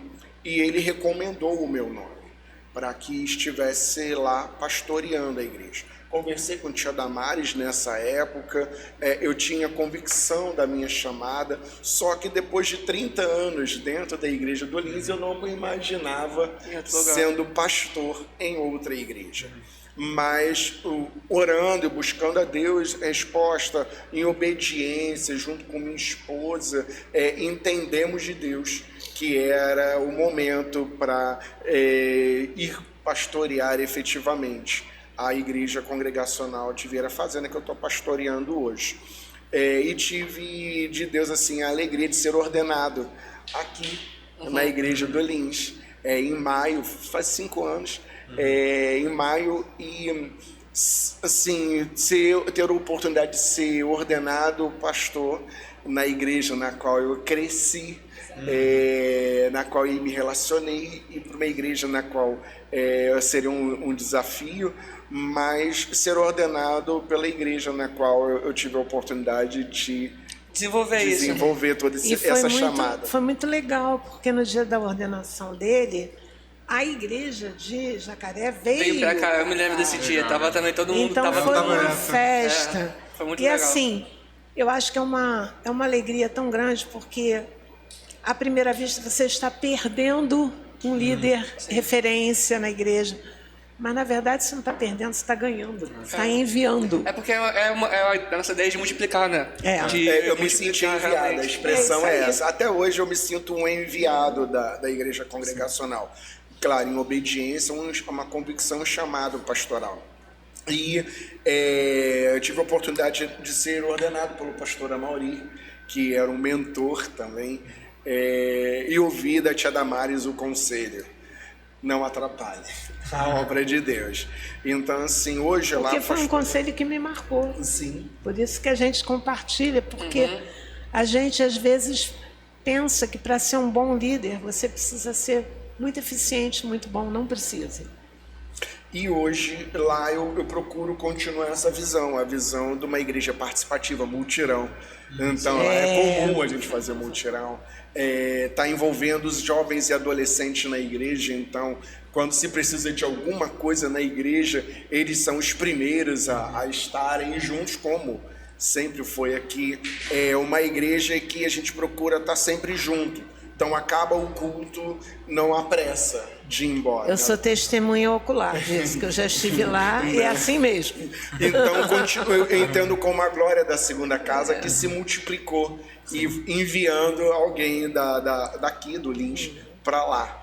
E hoje lá fazendo toda essa visão de uma igreja participativa, relacional, que busca estar juntos, ainda não em célula, mas com toda essa visão sendo trabalhada, parênteses, agora já com jovens e adolescentes. Nós já temos agora 2 grupos. Legal. Então, comecei um grupo, comecei uma semente, e essa semente se multiplicou. Então, agora nós temos 2 grupos, ainda não estruturados, com aquele nome, célula, mas caminhando com os 4 E's, com toda a estrutura e visão celular. De relacionamentos, né? Então, hoje, eu reproduzo tudo aquilo que eu aprendi aqui dentro. Então, eu diria que é só para essa fase, né? Antes da senhora fechar O que era para fechar mesmo? Fase, a sua transição, né? A transição. Como a senhora identificou que era o momento. Sim. Só tem, antes de terminar, eu queria que a senhora respondesse também uma pergunta sobre o seu pastorado. O fato da senhora ser mulher, quais foram os desafios em relação a isso? Né? Se foi difícil lidar com isso, se foi tranquilo? Se houve uma rejeição por parte... Olha só, a gente vive uma questão muito polêmica em relação a isso, né? Tem muitas igrejas que aceitam pastoreio feminino de boa, mas, assim, principalmente as igrejas históricas são mais resistentes. Sim. E vejam bem, eu nunca achei nenhuma bandeira de pastoreio feminino. Muito pelo contrário, acabei de dizer para vocês que não era uma coisa que eu pensava. Mas, assim, eu também acho que quando a igreja discerne, sente uma direção, quando Deus confirma de várias maneiras, isso é a última coisa que você deve se preocupar. Então, nós tivemos, sim, problemas com a nossa própria denominação, porque até hoje a denominação não aceita ainda a ordenação feminina para dirigir a igreja. Até existem missionários e pastoras ordenadas dentro da União de Igrejas Congregacionais, mas não dirigindo uma igreja. Então, isso levou, obviamente, a um rompimento, não por vontade nossa, mas um rompimento com a denominação naquele momento. Esse impedimento não existe mais hoje, porque hoje, de novo, é um pastor, é um homem, então, a qualquer momento, nossa igreja pode voltar ao convívio com a União de Igrejas Congregacionais. Nós não deixamos de ser uma igreja congregacional, nós não deixamos de nos relacionar bem com os nossos irmãos congregacionais, continuamos participando, por exemplo, das campanhas do Abrigo Evangélico da Pedra, convivendo Acho que com... tem até isso, né, na verdade, para a gente contribuir com O único isso. impedimento era, vamos dizer assim, legal, burocrático, então... se você diz que foi difícil, eu diria que foi difícil nesse aspecto, porque eu nunca me senti... Você usou a palavra rejeitada, ou... Não, mas, assim, há ambientes onde você sente que a liderança feminina ainda é vista com resistência. Sim. Entendeu? Só isso, mas além disso, nada além. Entendeu? Entendi. Show. Não sei se eu respondi sua Sim, pergunta. E aí a outra pergunta era como eu discerni que... Para terminar o ministério, né? Na verdade, eu diria para você que eu não terminei o ministério. Continuo nele, Sim. naquilo que eu sempre fiz, Aham. que foi estar com pessoas. Acho que sempre o que me caracterizou minha trajetória foi pastoreio e aconselhamento, pessoal, com grupo, e isso não mudou. Você estar ou não estar numa liderança eclesiástica é uma possibilidade, mas aquilo que você foi chamado para fazer não acaba, você continua, Exatamente. não é? Então, assim, mas como eu discerni que era o tempo de passar o bastão, vou usar esse termo, né? Nós estávamos, na verdade, no período da pandemia, quando eu comecei a receber uns textos engraçados de Deus, né? Deus tem um senso de humor, né? E aí eu disse, o que o senhor está querendo dizer, Senhor? E nós teríamos uma eleição, porque a nossa igreja, A gente trabalha assim. a gente trabalha assim, a cada 4 anos, quer dizer, há uma eleição, ou para confirmar a continuidade do pastor atual ou para eleger um novo pastor. Nós teríamos uma eleição no final de 2020. Acho que foi 2020. 2020. Ah, 2020, Isso. eu acho que foi 2020. Foi 2020. Foi no ano final da de pandemia. 2020 a gente teria uma eleição. 2020. E aí, já no final de 2019, eu comecei a receber alguns textos interessantes.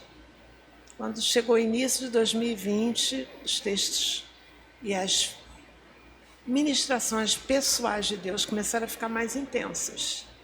E aí eu comecei a dizer, Senhor, é isso que eu estou entendendo? Senhor, por favor, me confirme. E à medida que Deus ia me confirmando, eu disse, mas o senhor tem certeza? Nós estamos no meio de uma pandemia, como é que isso vai funcionar? Como é que a gente vai fazer uma transição num período como esse? É por isso que eu disse que Deus tem um senso do humor, né? Porque Ele não está nem aí para isso.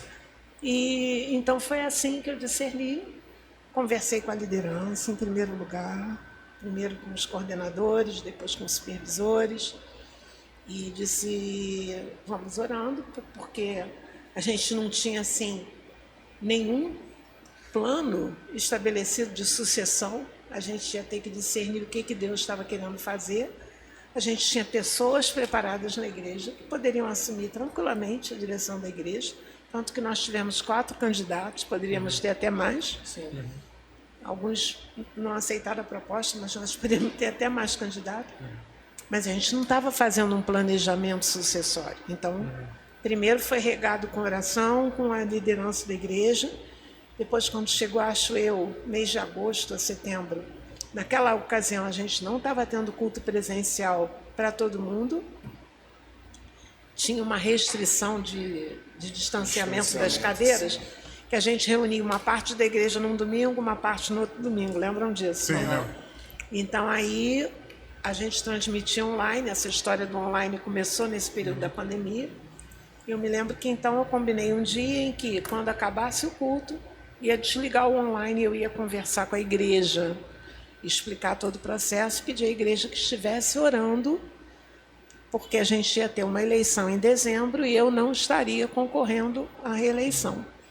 Aí no domingo seguinte eu fiz com outro grupo que revezou, e aí a partir desse período a gente começou a orar, pedir a Deus uma direção, e a gente nomeou uma comissão para ver dentro do nosso grupo quem aceitaria concorrer, e aí houve a eleição e o pastor Alexandre Marques assumiu em dezembro de 2021. Deixa eu só dar um testemunho, né?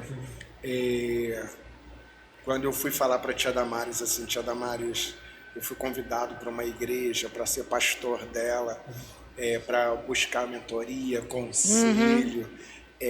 Eu sou testemunha que ela disse assim, eu também entendo que meu ministério como pastora do Lins, ele é transitório. E eu saí, sim, com essa palavra do tipo, poxa, eu tô saindo e ela está dizendo para mim, olha, o reino de Deus é maior do que uma instituição. Exatamente. Ele é relacional, ele é Deus quem dirige. E aí fui ordenado e fui enviado para a igreja na qual pastorei hoje. E cheguei lá com a mesma forma, com a mesma obediência. É transitório, o reino é de Deus, isso não a igreja é do não é Senhor. meu império, não é meu poder. Não é a sua conquista, não.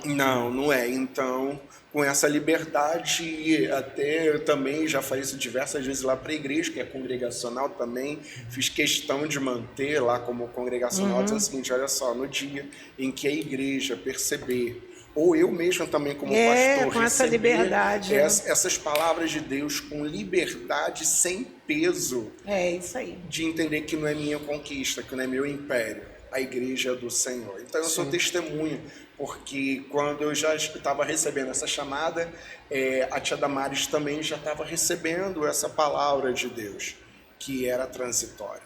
Só que eu não esperava que ia ser assim tão quando eu saí.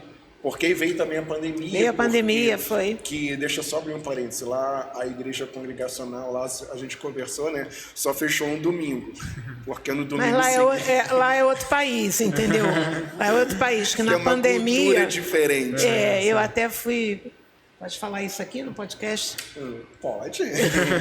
Pode. Eu fui lá falar no aniversário da igreja em plena pandemia. Fui eu toda comportada de máscara.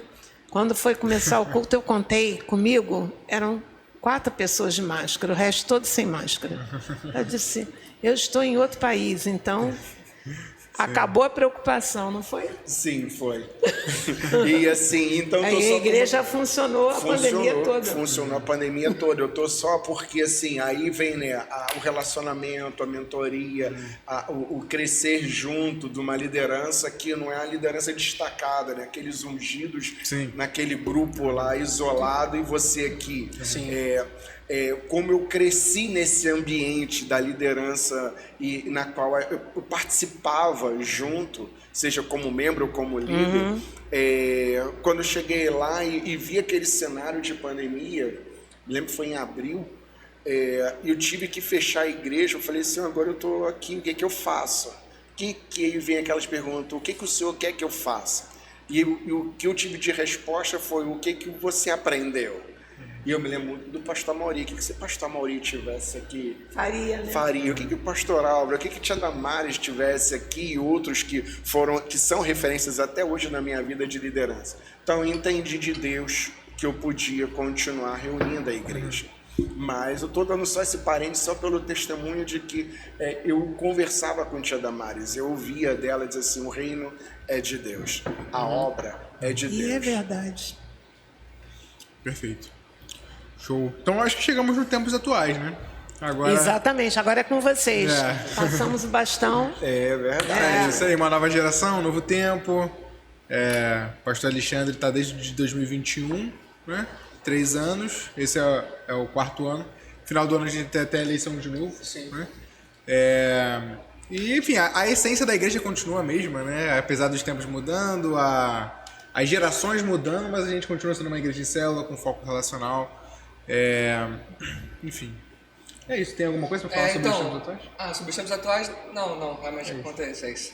Quer falar o quê? Então, não, é pra gente agora discutir o que vocês acham, na perspectiva de vocês, que é a importância da igreja local para a vida do cristão. A gente tem consciência aqui de que não dá para ser cristão sem igreja, sem viver em igreja. Mas para vocês, qual seria a importância desse viver em comunidade? Vamos fazer essa reflexão aqui até para terminar. A gente já fecha com essa reflexão. Inclusive, queria que a gente falasse sobre isso, até porque eu falei no início, né, que a gente começaria com temas mais voltados para a igreja, e depois viria com temas teológicos. Mas, para falar a verdade, esse é um tema muito teológico, né? Sim. Com certeza. Teologia boa é teologia que se faz no chão da igreja, na vida das pessoas, né? É teologia encarnada, né? Na vida real de pessoas, e é um tema que a gente pode abordar teologicamente, com vários termos técnicos, que é a igreja, né? Eu queria que a gente falasse sobre esse tema que poderia ser muito complexo, muito abstrato, no nível local, né, real, que a gente está falando aqui. Se você pegar até esse podcast e você revisá-lo, anotar, você percebe ali a teologia, mas uma teologia prática. Exatamente. Do teologia pastoral. relacionamento, Exatamente. do cuidado, de estar junto, de não olhar só para a sua localidade, mas de uma forma missionária, entendendo o ID, o fazer discípulo. Então, se você pegar todo esse podcast e você colocar os tópicos, você encontra todo o embasamento teológico e bíblico. Perfeito. Isso aí. Sem aquela formalidade, né? Isso aí. Tem 1.1. Isso aí. Eu diria que a mídia ela tem uma influência muito rica e muito positiva para a igreja. Acho que a gente hoje tem uma multiplicidade, uma diversidade de conteúdos disponíveis e tudo mais, o que é uma riqueza. Mas isso pode nos induzir a um engano de que a gente pode viver só disso. Sim. Né? E aí a gente teria papo para mais de 2 horas falar sobre um fenômeno psíquico, psicológico, inclusive, que está acontecendo, relacional, fora desse mundo eclesiástico, né? No relacionamento das pessoas mesmo, né? Em que as pessoas estão substituindo relacionamentos reais por relacionamentos virtuais, em que as pessoas estão se isolando dentro do seu mundinho e se expondo para a multidão, mas sem amigos íntimos. Sim. Hoje se estuda o fenômeno, por exemplo, da extimidade, que é a intimidade proclamada para todo mundo que você nem conhece. Exatamente. Quando a intimidade era reservada para quem é íntimo, para quem convive com você, conhece você de perto. Então, estou falando nisso porque, se por um lado todo esse mundo digital, toda essa possibilidade que a gente tem, inclusive hoje está gravando uma conversa que de repente vai ser vista não sei por quantas pessoas. Isso é rico, é precioso, mas isso pode nos levar ao engano de que a gente não precisa de pessoas. E quem instituiu a igreja foi o Senhor. Ela é insubstituível. Não como instituição né, física, mas como uma instituição espiritual mesmo. Foi instituída por Ele, porque Deus nos criou seres relacionais. Ninguém pode ser cristão sozinho. E eu posso afirmar isso claramente, com muita base, nos próprios mandamentos bíblicos. A gente tem uma série de mandamentos recíprocos, o que significa você não pode cumprir aquele mandamento sozinho. Não é verdade? Sim. Amar o próximo como a si mesmo. Como é que Exatamente. você vai amar o próximo como a si mesmo se você está sozinho? E o Pai é nosso, né? Pai é Dá uma nosso. ideia de coletividade, não é meu Pai. Apesar dele ser seu Pai, E ele nem é mesmo nosso. o próprio Deus, ele não é um ser isolado e único, ele é um Deus trino, então é um Deus relacional. Nem Aquela- Deus é solitário. Né? Exatamente. Aquela famosa constatação, não é bom que o homem esteja só, ela não é relativa apenas ao relacionamento conjugal, ao casamento. Sim. Porque não é bom que o homem esteja só. Deus o criou, a sua imagem e semelhança. Deus é relacional. Sim. Então, como eu estava falando, os mandamentos bíblicos, principalmente no Novo Testamento, eles exigem relação. Instruí-vos mutuamente, aconselhai-vos mutuamente, suportai-vos uns aos outros. As cartas de Paulo Você quer basicamente fazer- eram para igrejas, não eram? Sim. Sim. E elas implicam em mutualidade. Um dia eu oro por você, outro dia você ora por mim. Confessai os vossos pecados uns aos outros para Essa seres perdoados. essa expressão uns aos outros, ela repete mais de 50 vezes no Novo Testamento.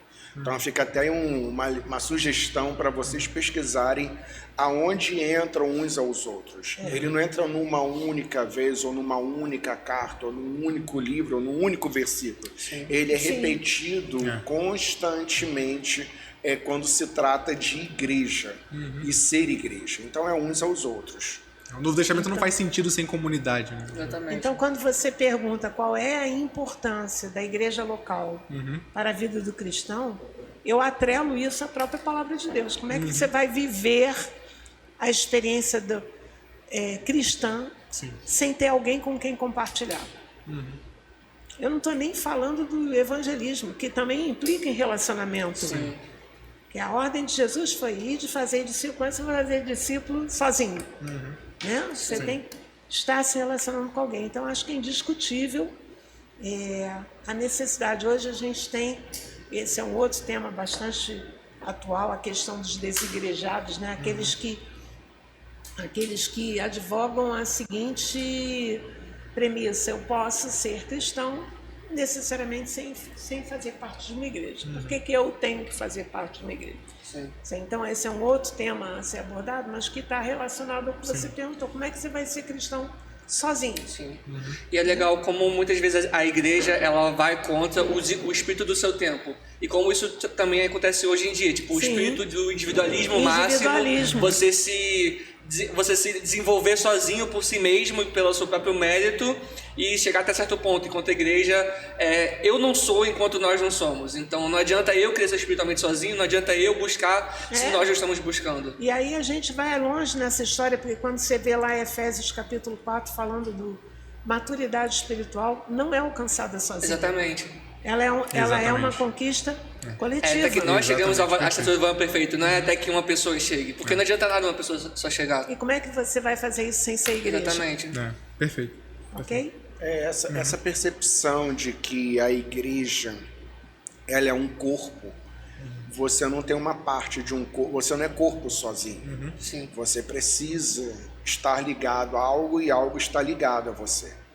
E aí você vê a proposta de Jesus de fazer discípulos. Ele não diz para ir de por todo mundo, abra igreja, ir de por todo mundo, façam membros de igreja.